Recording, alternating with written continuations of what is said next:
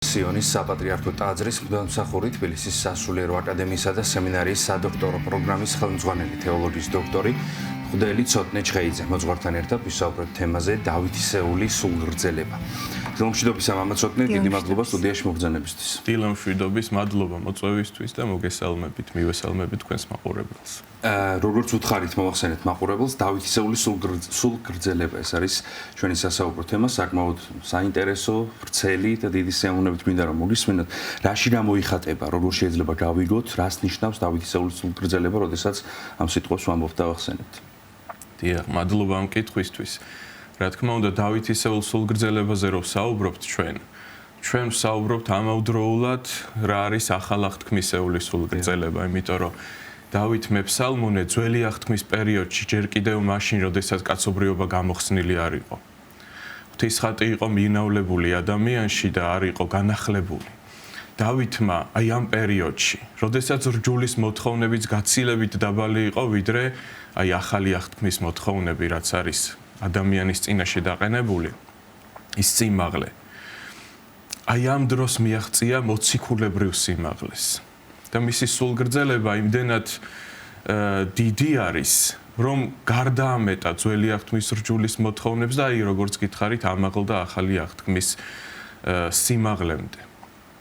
და ეს უფრო მეტად გვაკვირვებს ჩვენ, როდესაც ვსაუბრობთ ძველი აღთქმის პერიოდზე. წმინდა იოანე ოქროპირი იხსენებს სიტყვებს წმინდა წერილიდან უფალი ბრძანებს, რომ ვაკურთხო, მაკურთხეველნიო ჩემნიო. და როდესაც ჩვენ უფალს ვაკურთხებთ, მადლს ვიღებთ ღმერთისაგან. და არა მარტო უფალს, როდესაც მის წმინდანებს, რომელთა შორის გაბრწყინდა და ყველაზე მეტად გამოიხატა, გამოჩნდა რა არის ღვთისხატება ადამიანში, მათ როდესაც ვაკურთხებთ, როდესაც ვაქებთ და როდესაც გაკვირვებული ვართ ჩვენ მათი სათნოებებით, უფლისგან ჩვენ მადლს ვიმსახურებთ. ამიტომ შევთხოვოთ უფალს, რომ მოგცეს ეს ძალა, რომ რამდენად ჩვენ შეგვიძლია განვადიდოთ მისი წმინდანი და რომ ვუთხრათ ჩვენს მაყურებელს თუ რა სულიერ სიმაღლეზე არის საუბარი და როგორ მიაღწია მანამ ყველაფერს და როგორ შეიძლება ჩვენ ეკლესიის მრევლი წევრები რომ მივემსგავსოთ მას. დიახ. დავითზე სანამ დავიწყებს საუბარს, ძალიან მოკლედ ისრაელის ისტორიაზე უნდა ვისაუბროთ. დიახ.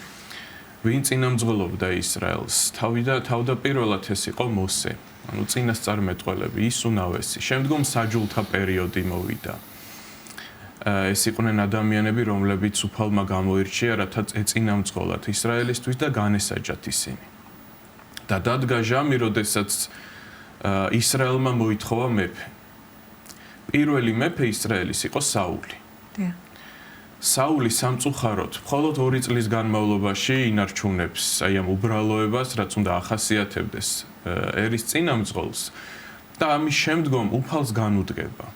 ფაქტობრივად ის ცნობიერად განუდგება უფალს, იმიტომ რომ როდესაც წინასწარმეტყველი მას უფლის კურთხევას გადასცემს, ის თავისებურად ასრულებს ამ კურთხევას, ანუ საკუთარ ნებას ასრულებს და არა უფლის ნებას.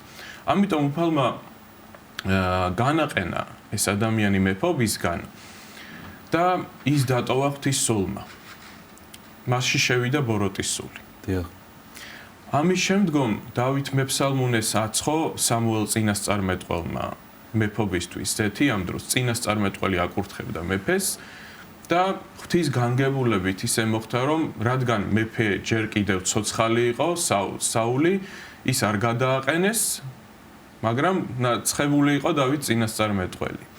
დავითს არასდროს არ გამოუხატია რაიმე პრეტენზია იმასთან დაკავშირებით, რომ საყოველთაოდ გამეფებული იყო. ეს მეტყველებს მის ძალიან დიდ თავმდაბლობაზე. საკვირველ თავმდაბლობაზე, როგორც ბრძანებს წმინდა იოანე ოქროპირი. და ღვთის განგებულებით ისე მოხდა, რომ სწორედ დავით მეფსალმუნე მიიყვანეს საულთან, რათა როდესაც ბოროტის სული შეაწუხებდა მას, ქნარზე დაეკრა და რამდენადმე შეემსუბუქებინა ეს განსასწრელი საულისთვის. რა თქმა უნდა, დავით მეფსალმუნის ქნარზე დაკვრა არ არის აქ არსებით. აქ არის საუბარი იმასთან დაკავშირებით, რომ ის მეფსალმუნი არის და მისი ხმა, მისი ლოცვა უმსუბუქებდა საულს აი ამ მძიმე მდგომარეობას, მაგრამ საული არ იყო ამის მადლიერი. ჩვენ დავინახავთ ცოტა მოგვიანებით, რომ არც კი იცნობს დავითს ფაქტობრივად. და როდის ჩანს ეს? როდესაც ისრაელს ყოველთვის აწუხება მტერი და განსაკუთრებით მაშინ აწუხებდა, როდესაც ისინი განუდგებოდნენ ღმერთს. და ეს ძალიან მნიშვნელოვანი გაკვეთილი არის ჩვენთვის.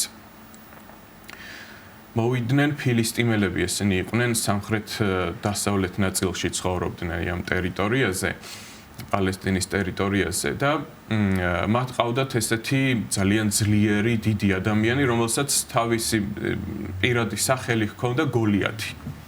ის გამოვიდა და თქვა, რომ ვინც მე შემებრძოლება და დამამარცხებს იმ ადამიანის გულისთვის ჩვენ ყველანი წავალთ. მაგრამ თუ მე დავამარცხე ეს პიროვნება, მაშინ უნდა დაგვემორჩილოთ. 40 დღის განმავლობაში ეს გოლიათი დადიოდა და აგინებდა ისრაელს და მათ ღმერთს, ჭეშმარიტ უფალს, შეურაცხყოფდა. ვერც ერთი ებრაელი ვერ გამოვიდა და ვერ გამოხატა ის მოშურნეობა, რომ როდესაც ღმერთს შეურაცხყოფს პიროვნება და როდესაც ერთ შეურაცხყოფს, რომ შეებრძოლებოდა მას და ეცადა მაინც. ვერც ერთი პიროვნება. აი სწორედ ამ დროს გამოჩნდა დავითის წინასწარმეტყველი, რომელსაც ასაკიც არ ავალდებულებდა, რომ წასულიყო ბრძოლაში. საკმაოდ ახალგაზრდა იყო, 20 წლიდან იწყებდნენ, აი ქონდათ უკვე ებრაელებს ეს მოვალეობა, რომ ებრძოლათ. ასე ვთქვათ, ჯარში წასულიყო. და თვითონ საულიც კი აჩერებდა მას, რომ დაინახა ეს ახალგაზრდა ჭაბუკი, რომ შენო გამოუცდელი ხარო ბრძოლაშიო, წემსავდა დავითი, უბრალოდ წვრებს, არანაირი ბრძოლის გამოცდილება არ ქონდა, ვთქვათ, აი ესე ხელჩართული ომში. და ისიც რომ შეიმოსა საულმა თავის საჭურველი მისცა, ვერ დადიოდა ამ საჭურველით, იმდენად მძიმე იყო მისთვის, ხო წარმოგიდგენიათ. და სწორედ ამ პიროვნებამ შეძლო გოლიათის დამარცხება. და როგორ შეძლო? განა ძალით თავისი ან რაღაც მოხერხებით, არა, რწმენით. აი დავითს ჰქონდა ეს დიდი რწმენა და ეს მოშურნეობა, საფრთხო მოშურნეობა, რის გამოც სწორედ ამ ბრგე პიროვნებას შეერკინა. და ესროლა შურდული და ამ შურდულმა სწორედ მისმა რწმენის მიერმა ხმამ ბრძანებს წმინდა იოანე ოქროპირი, რომ მისცაო მიმართულებაო. და აი ამ ქვამ გაატანა რწმენის მიერ ნასროლმა ქვამ გოლიათის მუზარაჩი და რომელიც ძალიან მძიმე იყო და ძალიან სქელი. ყველაზე დიდი ძალა ალბათ ხომ ნებისმიერ ბრძოლაში, როდესაც რწმენით არის ადამიანი. რა თქმა უნდა, ჩვენს ისტორიას რო გადავავალებთ, თვალს ჩვენ ხარ რწმენით ვართ აქამდე მოსულები. და ეს რწმენა ჩანს მასში, მაგრამ რატო ვსაუბრობ ამ ყველაფერზე, ამ წინარე ისტორიაზე? დავითს ფაქტობრივად მხოლოდ ამ მოქმედების გამო მას არამარტო სამეფო ეკუთვნოდა, იმიტომ რომ თუ ფილისტიმელები გაიმარჯვებდნენ, ისი დიდი შანსიც იყო. გაანადგურებდნენ ისრაელს, საულსაც მოკლავდნენ. ანუ საულს მხოლოდ რომ აიღო საკუთარი ეს სამეფო რეგალიები და გადაეცა დავითისთვის, ესეც არ იქნებოდა საკმარისი, რადგან მას სიცოცხლე მართებდა დავითს. მაგრამ ამის მაგიერი რა ხდება? როდესაც დავითი განითქვა უკვე სამეფოში, ყველას შეუყვარდა, ის ძალიან უყვარდა ყველას დავითი. ქება შეასხეს ქალბატონებმა დავითს. და მასთან ერთად ამ დროს მოდიოდა საული. საულმა მოკლა 1000, დავითმა 10000.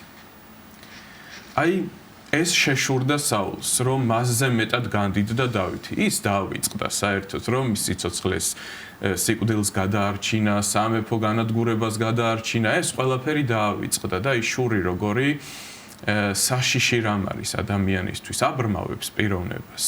როდესაც შურს ადამიანს ვინმეს მისი სახელით შეიძლება არ მოიხსენიოს, ისე მოიხსენიოს. საული ესე აკეთებდა.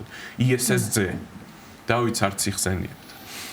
მისი ხმა შეიძლება შეზიზღდეს. აი აბსოლუტურად ადამიანი გამოყავს მდგომარეობიდან და საულს ეს დაემართა. დავითს დაუწყო დევნა. ამასობაში გრძელდება ის, რომ დავითი უკრავს ქნარზე, როდესაც საულს ეშმაკი აჭირვებს და სწორედ აი ამ მომენტში, როდესაც დავითი უმსუბუქებს საულს მძიმე მდგომარეობას, საული სამგზის სამჯერ მოხდა ეს ესვრის შუბს დავითს და სამგზის აიცილებს დავითი ამ შუბს. ძველი აღთქმის პერიოდში რჯული მოგეხსენებათ განსხვავებული იყო იმ გაგებით, რომ გაცილებით დაბალი მოთხოვნები ჰქონდა ადამიანს. მაგალითად, მტერი შეიძლებოდა მტერს მტრულად მოქცეოდი. კბილი კბილის წილ, თვალი თვალის წილ. აქედან გამომდინარე დავითს სრული უფლება ჰქონდა იმის გამო რომ საულმა სამგზისცა და მისი მოკლა მოეკლა საული. არც არავინ გაკიცხავდა შეიძლება ასე ითქვას ამისათვის. ხოლოდ ამითაც კი მაინც ამაღლდებოდაო გრჯულზე ბრძანებს წმინდა იონე ოქროპირი რომ სამგზისცა და საულმა მოკლა და ის მხოლოდ ერთხელ მოკლავდა, ხო? მაგრამ დავითი ესე არ იქცევა. საული აგრძელებს მცდელობებს სხვადასხვა გზით, რაიმენაირად იქნებ დავითი მოკლას, იმასაც კი კადრულობს, რომ თავის შვილს შესთავაზებს ცოლად და ამის სანაცვლოდ ეუბნება, რომ წავიდეს და 200 ფილისტიმელი მოკლას, რომ იქნებ ამ ბრძოლაში დაიღუპოს, მაგრამ დავითი ბრძნულად მოქმედებდა. ყველაფერს აკეთებდა რასაც საული დაავალებდა, ემორჩილებოდა მას. აი ამ მტერს, ფაქტობრივად მტერია უკვე საული დავითის მიმართ და ყველაფერში ემორჩილებოდა მაინც. თუმცა საულის შური არ ცხრებოდა. დადგა დრო, როდესაც უკვე გამორიცხული იყო დავითი სამეფოში დარჩენილი იყო და ის უნდა გაქცეულიყო. საულს უნდა გაქცეოდა. დაიწყო დავითის დევნა. სხვადასხვა უდაბნოში იყო დავითი. საული ყველგან მისდევდა მას რომ მოეკლა. და რა არის აქ თავარი? რომ აი სწორედ დავითის სულგრძელება რაში გამოიხატება. მას ხო შეუძლია მოკლას საული. თან ამ დროს მეფეთ არის ნაცხები, რომ მოკლას ის გამეფთება. ამას არ კადრულობს, ამას არ აკეთებს. განერიდება საულს. რომ საულში ჩაცხრეს ეს შური და ეს მტრობა. და წმინდა იონე ოქროპირი, რომელსაც ესე ხშირად იმიტომ ვახსენებ, რომ სამი სიტყვა აქვს დავითისა და საულის შესახებ, ეს არის არაჩვეულებრივი სიტყვები, რომელიც ჩვენ აუცილებლად უნდა წავიკითხოთ, ის ნეობრივ შეგონებებსაც გვაძლევს ჩვენ ამათთან ერთად, რომ როგორ უნდა მოვიქცეთ იმ ადამიანთან, ვინც არის ჩვენს მიმართ შურით განწყობილი და მტრულად ვინც არის განწყობილი. გან ამას უნდა სამაგიერო გადაუხადოთ? არა, ბოროტება ხო, ბოროტებით მხოლოდ მრავლდება. ჩვენ ხო ქრისტიანები ვართ, ჩვენ გვინდა რომ ბოროტება შემცირდეს მაქსიმალურად და უფალისუფევდეს ჩვენ შორის.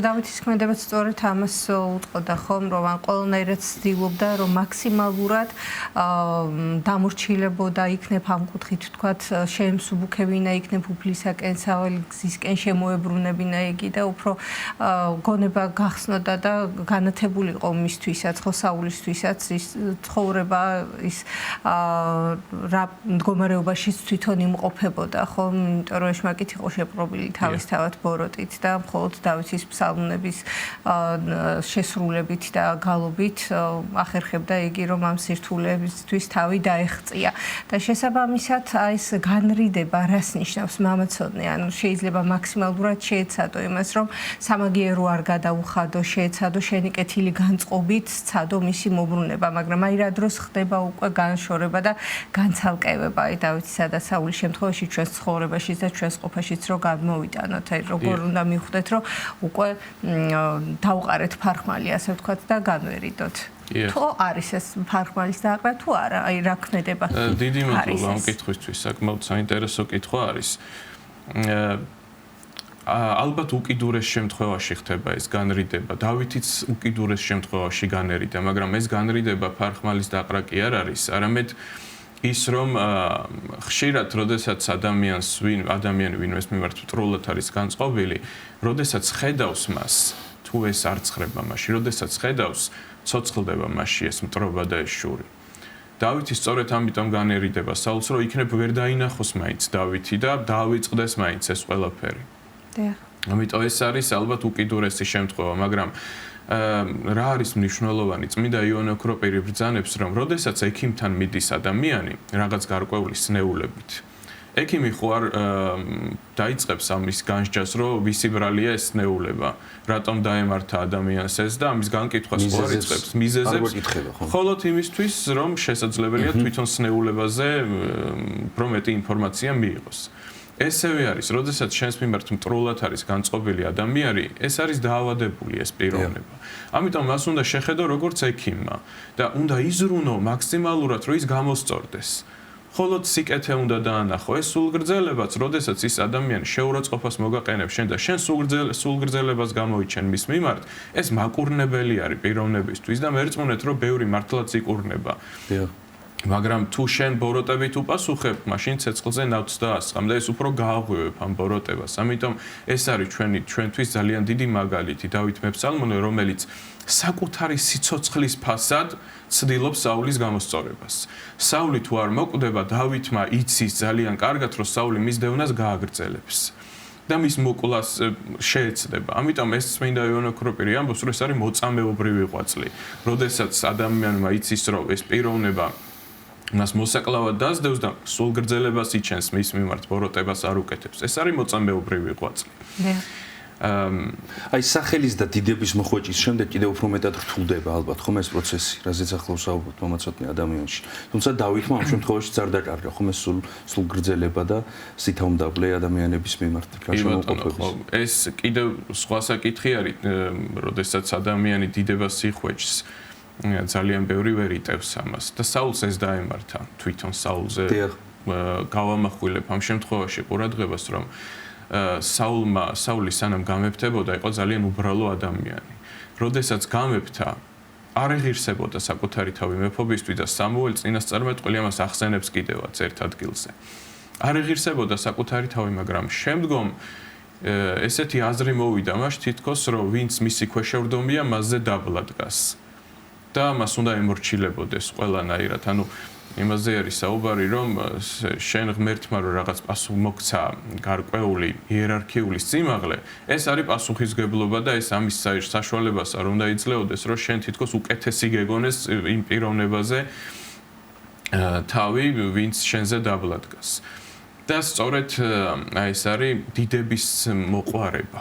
აი ერთ-ერთი ძალიან საშიშივნება, რომელიც წმინდა იოანეს სინელი ბრძანებს, რომ აი როგორც ქარი ყველგან შედის და ყველგან შეიძლება შეიპაროს, ისე არის დიდების მოყვარება, რასაც არ უნდა აკეთებდეს ადამიანი, ეს უნება მაინც შეიძლება ამან შეაწუხოს და ისევ იოანე ოქროპირს მიმართავ წმინდა იოანეს, რომ დიდების მოყვარება და შური ეს არის როგორც ხის ფესვებიო და თვითონ ხეო ერთმანეთთან დაკავშირებულია ძალიან.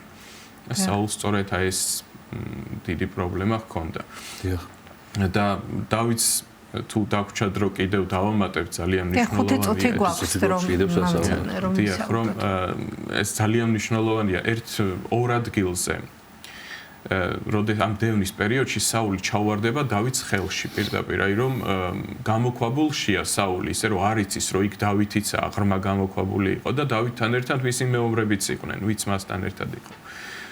და სწორედ ეს არის ერთგვარი საშუალება დავითისთვის, რომ პირდაპირ მივიდეს და მოკლას. საულის გვერდით არავინ არ იყო ამ დროს.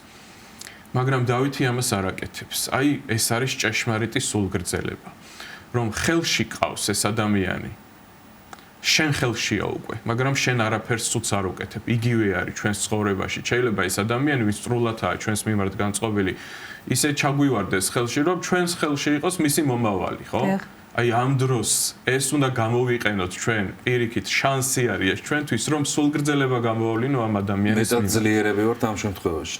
ამით გარდა იმისა, რომ უფრთხილდები იმ ადამიანს, რომ უფრო მეტ რისხვაში არ ჩააგდო და მისი სული არ დაამძიმო, ამავდროულად შენ სულზეც ფიქრობ, რომ შენი სული არ დამძიმდეს ამ ყველაფრით, რასაც თქვათ იგივე შურის ძიება ქვია, ხო? და ამით არ დაამძიმო შენი სული და პირნათლად წარს გეუფალთა.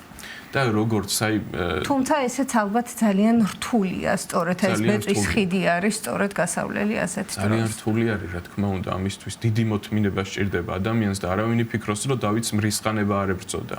მაგრამ დავითმა ეს მრისხანება დაამარცხა.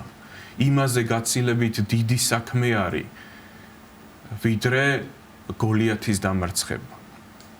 მრისხანების დამარცხება საკუთარ თავში და ურისხველობის გამომუშავება და ამ გვირგვინის მოპოვება. და დავითის გვერდზე ხომ კიდევ მეომრები იყვნენ ეს შედარებით უხეში პიროვნებები, რომელიც სულ იბრძოდნენ. უხეში სულის პატრონი ადამიანები. ეს ადამიანები ამ დროს აქეზებენ, რომ მოკალი საული. და მათ რომ იციან, რომ დავითი ესე არ მოკლავს, ის არგუმენტად ისიც კი მოიყვანოს, რომ აიო, უფალმა ჩაგიგდო ხელშიო და დავითმა იცის, რომ უფალმა ხელში იმიტომ ჩაუგდო, რომ შურის ძიება კი არ გამოავლინოს და კი არ მოკლას, პირიქით სულგრძელება რომ გამოავლინოს. ამიტომ დავითი, როგორც აი უდიდესი სულის პატრონი პიროვნება, არა მარტო საკუთარ თავს იკავებს, საკუთარ თავს აკავებს ამ შურის ძიებისგან, არამედ მის გვერდში მყოფ პიროვნებებს და აი ამ მეომრებს. და ღმერთმა მისცა ძალა მას, რა თქმა უნდა, რომ მათ ისინი არა მარტო საკუთარი თავი შეეკავებინა და ლოცულობს კიდევაც ამისთვის დავითი. არამედ მის გვერდში მყოფი ადამიანები. საკმაოდ დიდი და ვრცელი თემატიკა არის, მაგრამ მე მგონი მაინც არსობრივად რისი თქმაც გვინდოდა ვთქვით და დიდი მადლობა მამაცოდნე. ასპექტები დამოყავით ნამდვილად. საინტერესოდ გვესაუბრეთ ამ თემის შესახებ და რომ მოგწადით. მადლობა. ძალიან დიდი მადლობა დაგემშვიდობებით. სიონის საპატრიარქო ტაძრის მღვდელმსახური თბილისის სასულიერო აკადემიისა და სემინარიის სადოქტორო პროგრამის ხელმძღვანელი თეოლოგიის დოქტორი მღვდელი ცოტნე ჩხეიძე იყო ჩვენი სტუდიის სტუმარი.